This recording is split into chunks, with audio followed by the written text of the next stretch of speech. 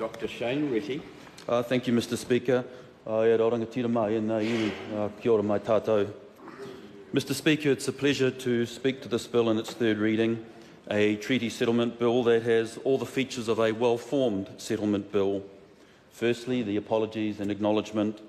Secondly, cultural redress. And thirdly, commercial redress.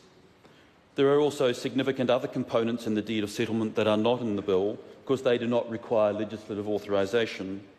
This includes cultural redress, a 500,000 cultural revitalisation component and a 180,000 marae revitalisation component. Commercial redress, also not in this bill, includes a quantum of $7 million in interest and commercial redress of properties. Mr. Speaker, these are some of the structural elements to the settlement, but I want to briefly talk to the wider picture in a non-fiscal manner. I started off by saying it's a pleasure to rise and speak to this bill, a generic pleasantry maybe to start a contribution, but today it really is a pleasure, a rare and very timely pleasure, with 3 more sitting days before the House rises. To elaborate, I am the elected MP for Whangarei, and it has been a sadness to me, and I know others, that in this parliamentary term, no treaty settlement has settled in the boundaries of my electorate. My electorate is also encompassed by the Taitokerau Māori seat held by my colleague Kelvin Davis. But Kelvin has had the pleasure of many treaty settlements across Taitokerau, and so his cup is not empty. In contrast, with 3 sitting days to go, my cupboard was looking very bare. And the electoral cycle was going to come to an end, and treaty settlements in Whangarei would be unrequited and unfulfilled for another time. But Ngāti Pūkenga have saved the day. At the completion of this third reading, Ngāti Pūkenga will settle and the electorate of Whangarei will have its first treaty settlement. When I raised this with the wise heads of the Northern Regional Council a few weeks ago, they said, but how can that be when Ngāti Pūkenga are a more southern presence around Tauranga, Makatu and Manaia in the Coromandel? Well, as a colleague alluded to in a previous reading, Ngāti Pūkenga have a historical presence in my electorate about 7 kilometres out of Whangarei, through Onarahi and along Whangarei Heads Road, at a beautiful place colloquially known as Tamatarao, which is also known as Pakikaikutu. The historical oral and website account describes a division of Ngāti Pūkenga led by venerated Chief Moiroa on a mission to buy firearms and munitions from the Europeans and Americans traders in and around Russell. On their journey, they passed the entrance to Whangarei Harbour, and one of the warriors expressed a desire to visit his sister Torore, and so was let off and the flotilla continued on. Reaching a small river, the young warrior stooped to partake of the crystal clear waters and soothe his parched throat when an assailant's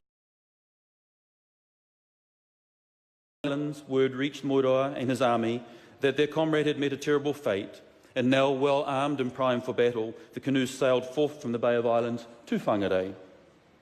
Te Tirerao and the other chiefs of Whangarei also heard the news of this treacherous act and that Ngāti Pūkenga were on the warpath and none of them was safe. As it was one of their own who was the perpetrator, they considered what the best course of action might be. Some advocated war preparations, while others advocated caution, as Ngāti Pūkenga's reputation as a warrior race preceded them.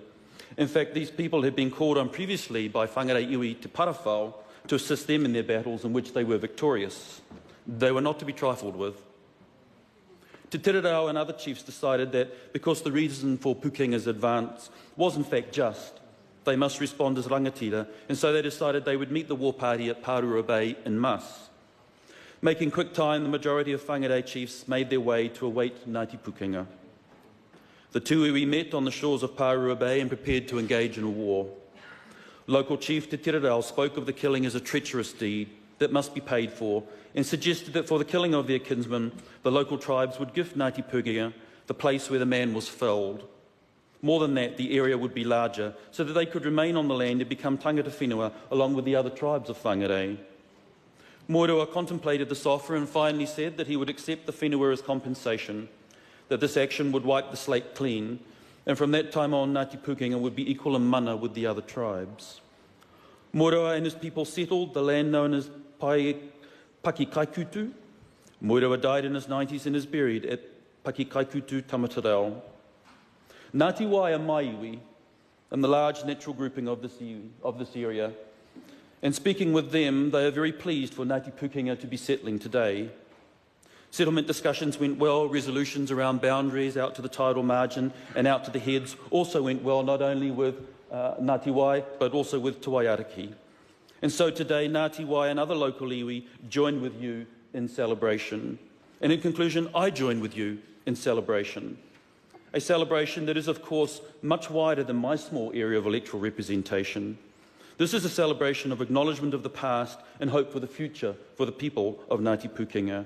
And history will record you as the first settling iwi of Whangarei, and for that I both congratulate you and thank you. Nō reira, tēnā koutou, kia ora mai tātou katoa.